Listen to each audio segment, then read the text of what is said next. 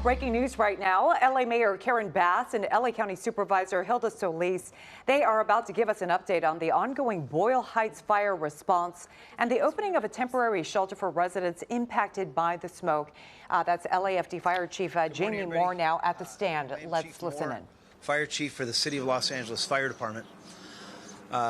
Here to give an update as to where we are with the fire in Boyle Heights. As has been mentioned for a couple days now, this is a very unique fire, a very unique challenge for the Los Angeles Fire Department, for the City of Los Angeles, but also for the County of Los Angeles. What we have is a 500,000 square foot commercial building that's used for frozen food. And the best way to describe this is like a giant cooler. We have corrugated steel on the outside walls filled with very, very dense foam, and the interior walls are also protected by corrugated steel walls as well. Very similar to what your coolers are when you put your sodas in there in blocks of ice. Ammonia was used as one of the refrigerants to keep everything very, very cold. So if you can imagine walking into a cold storage freezer, that's really what we're dealing with here. We've done some unique operations, and those operations have continued because the nature of foam as it burns is it just slowly continues burning, and we've been doing helicopter drops continuously since this fire started just to keep the building cooled down. Now, some have asked, why don't we just let this building free burn? Well, we have some concerns.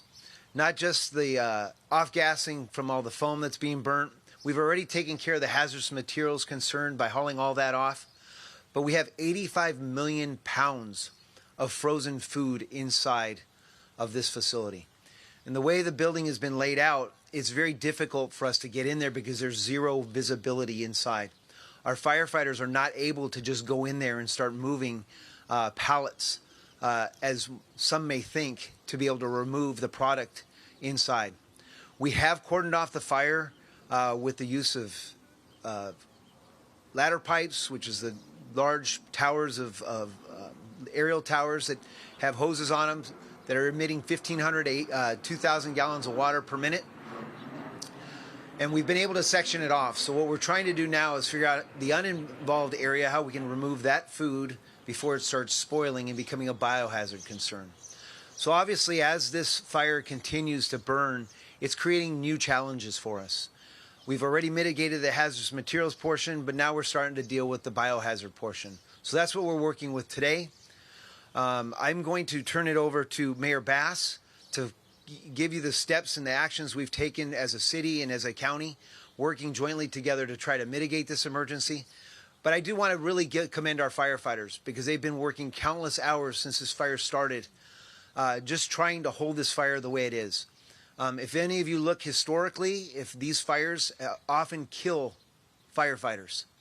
Nobody has been injured. Nobody has been hurt. We want to ask that if you are participating with outdoor activities, and we know a lot of people are going out to watch some of the FIFA matches today, if you're sensitive to smoke, please be cognizant of that and try to stay indoors.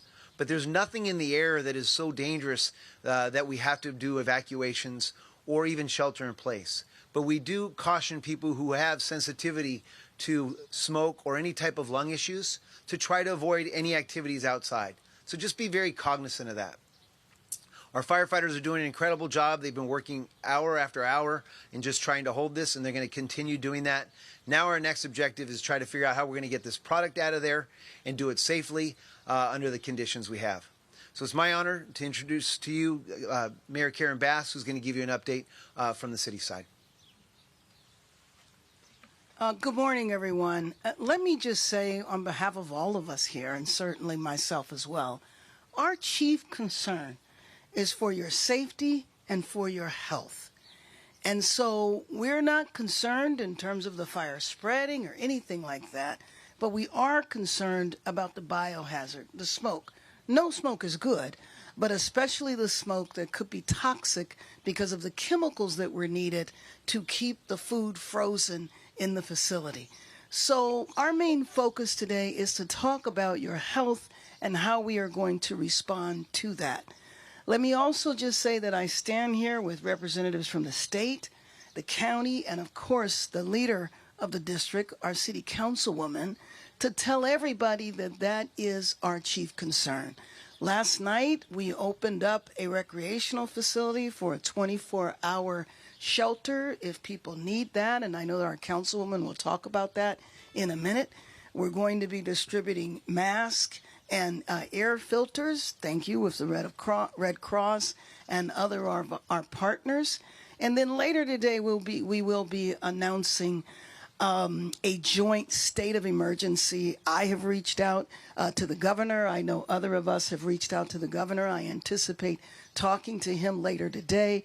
I know Assemblymember Mark Gonzalez last night reached out. He'd already heard from the governor. So the governor will be prepared to respond to our state of emergency when that is ready with whatever resources we need to do what the chief described, which is moving the toxic materials away from here and disposing of them in a way that we will avert a major environmental disaster. So this is about prevention. This is about protecting your public health. And I just do have to commend all of the firefighters because, as the chief explained to me yesterday, a fire like this typically could result in the loss of life of many firefighters. I did announce last night that we were going to have a press conference, because I wanted the chief to talk about the innovative, aggressive tactics that have been used to fight this fire to keep everyone safe, including the firefighters. And I just want to commend him for his absolute excellent leadership and his aggressive response to this in a way that I don't think we have seen before.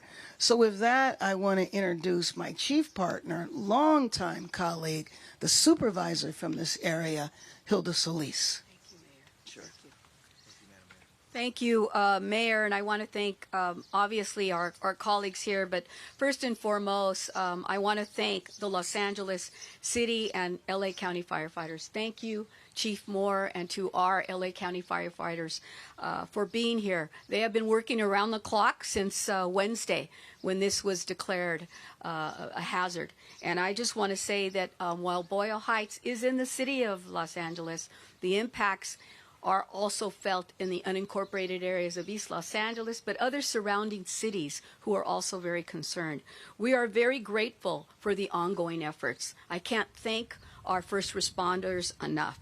I want to also say that because we are closely tied, I want to thank the mayor and council member Jurado as well as Colaza for representing us in the state. You've been listening to a news conference on the fire response and the city response to the Boyle Heights warehouse fire that erupted on Wednesday. We know that it has flared up again, creating a lot of concern.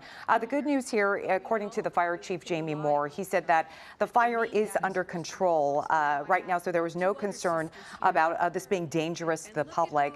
No shelter-in-place order at this time, but they do want the public, the people who live in that area, to be cognizant of the air quality around the area. And of course, if you live beyond Boyle Heights, you've obviously felt and seen and smelled the smoke this morning. Yeah, we know how far-reaching this is.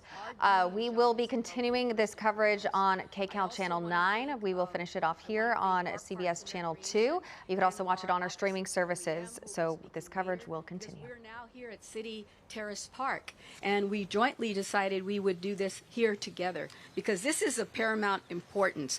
I also know that there's a lot of concern. We've had boots on the ground, both with the city as well as the county, having folks go out, knocking on doors, talking to people, sharing information, resources, masks, and we know that we'll have two areas, one in the city, in Boyle Heights, Pecan Park, and also here at City Terrace that'll be available as long as needed.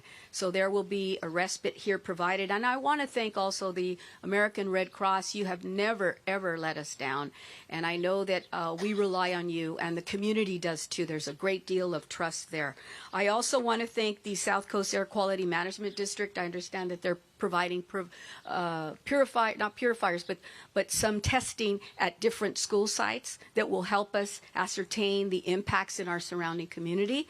And I also want to thank our Department of Public Health, who was also out there investigating, as well as our County Department of Hazardous, our firefighting department that has experts in hazardous material. So we know the biggest deal here is that we got to work together.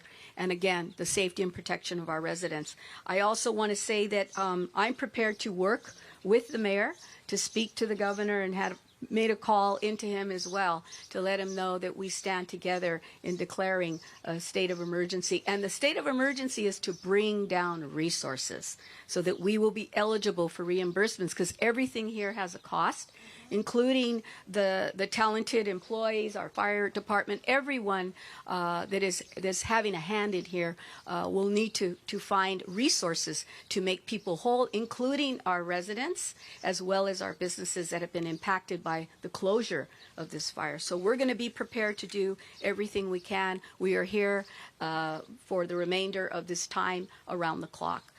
I will end with that, and next I would like to introduce the council member, Isabel Jurado, who I'm so proud of, and know that she's going to continue to fight for all of us and work in partnership with our offices. Thank you. Thank you. Thank you. Thank you, Supervisor Solis, and thank you, Mayor Bass, and really, really thank you, Chief Moore. I can't give you any more accolades than already has been given, but the testament to your work and dedication to everything you are accomplishing and the foresight that you have to stomp this fire out as soon as possible to make sure our East LA city residents and county residents are safe is so heartening to see your leadership and forward movement on this. We are here as a united front and committed to quick, decisive action, and that's why the county supervisor and the mayor are asking the state for resources to make sure that we can prevent this harm to our communities, which they have seen before in other iterations, but that's not going to happen with us, and we're going to continue to fight on all angles to make sure that we put this fire out and protect our communities. Again, we have a Pecan Park Recreation Center, which is a site of respite that the mayor, thanks to her leadership, helped us open last night.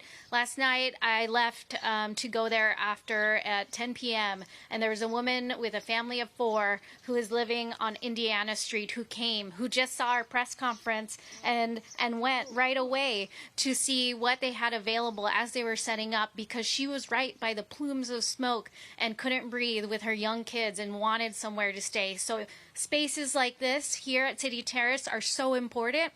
Want to thank the Red Cross, who was out there last night putting it all together, and all our city county family. We are united for all of you, and we're here to serve you together. So with that, I also want to introduce Assembly Member Jessica Caloza, who is our sister in this work, to make sure that we protect all our residents.